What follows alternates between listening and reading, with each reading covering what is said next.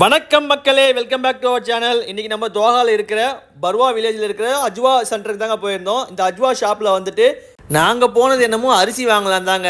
சரி, நம்ம அரிசியை வாங்கிட்டு நெக்ஸ்ட் இந்த பக்கம் திரும்பி பார்த்தோம். நான் சின்ன பிள்ளையாக இருக்கும்போது சாப்பிட்ட எல்லா ஐட்டமும் இருந்துச்சுங்க. 90s கிட்ஸ் எல்லாருக்குமே தெரிஞ்சிருக்கும். இலந்த வடையிலேருந்து ஆரஞ்சு மிட்டாயிலேருந்து ஸ்டாங் மிட்டாயிலேருந்து புளிப்பு மிட்டாய், தேன் மிட்டாய், இந்த மாதிரி அடிக்கிட்டே போகலாங்க. அவ்வளோ வெரைட்டிஸுமே இங்கே இருந்துச்சுங்க. மிட்டாயிலே பல ஃப்ளேவர் இருந்துச்சுங்க. வெத்தலையில் ஆரம்பிச்சு பைனாப்பிள், ஆரஞ்சு, மேங்கோ, இந்த மாதிரி நிறைய ஃப்ளேவர்ஸில் மிட்டாய் இருந்துச்சு. அதுக்கப்புறம் நம்ம சின்ன வயசில் சாப்பிட்ட புளி மிட்டாய் கூட இருந்துச்சுங்க. ஐஸ்கிரீம் குச்சியில் அந்த புளி மிட்டாயை வச்சு மேலே கவர் பண்ணியிருந்தாங்க. இதை பார்த்ததுமே எனக்கு வந்து சின்ன வயசு ஞாபகம் தான் வந்துச்சுங்க.